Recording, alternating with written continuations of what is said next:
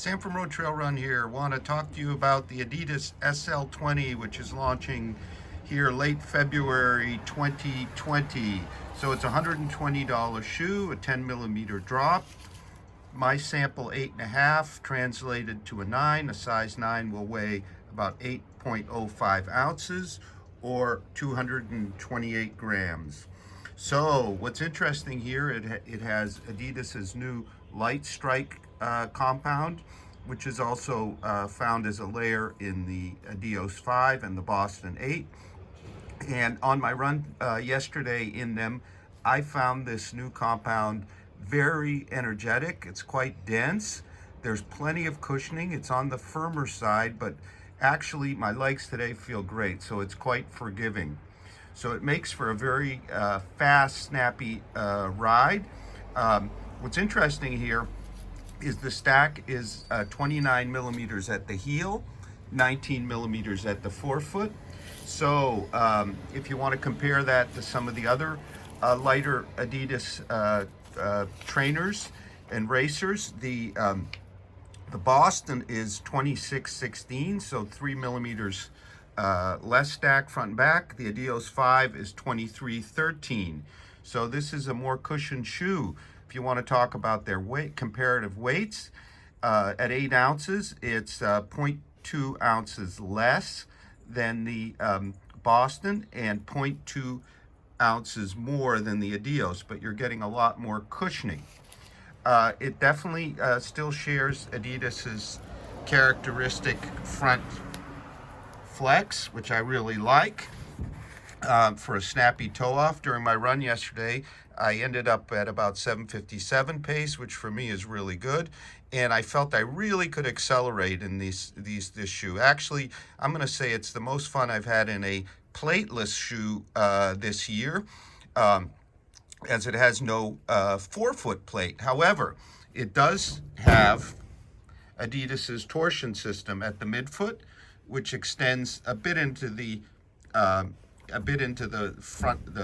front part of the forefoot, and it's a newer torsion system. It seemed less noticeable, just really made for a really smooth transition. We have AdiWear at the heel. You see a nice broad pad. We recently reviewed the Brooks Hyperion Tempo, and I found the outsole rubber there firm, not as well matched to this midsole, which is a bit firmer than the kind of springy Hyperion Tempo's DNA Flash. Up front, the great Continental rubber. My run was on dry pavement, but the grip was excellent, very secure there. In terms of the overall geometry of the shoe, putting everything together, the Lightstrike and the torsion system, this is a very smooth running up-tempo kind of shoe. Given the stack, you could probably also train in it. It's a great kind of all-arounder. Certainly could race in it. I'm real tempted to race my next 10K in them, or even a half. Many will take them to the marathon, no question, as the Boston and the adios 5 have been super popular marathon shoes. And this one, for a little less weight than the Boston, touch more than the adios, has quite a bit more substance. Now, it isn't bouncy boost, or kind of springy Skechers Hyper, or Saucony's new Power Run Plus. What we have here is a very lively, with quite a bit of energy return, I found, a rebound midsole that has a touch of bounce, not a lot, but just enough to keep it from being in no way a harsh ride. Now let's talk about the upper. So it's an engineered mesh. It's actually quite dense. It's decently pliable. It's a single layer. You can see all those ventilation holes. Haven't tested it in warm conditions yet, but it holds the foot super well with the torsion and these panels on both sides. You've got a very secure, stable hold of the rear of the foot, keeps you right on the platform. Then you get to that torsion plate, and then you get to that more flexible toe off. The kind of ride I really like. The tongue is a very thin mesh with just a little bit of binding all the way around. There's no booty. You can see the binding there. I thought at first there wouldn't be enough padding, but I laced them up just as I like them, not too tight because the upper really holds you, and I was just fine. Zero bite.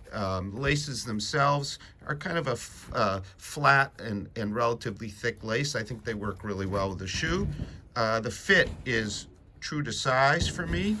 And I'll show you a picture, a little video on foot right now.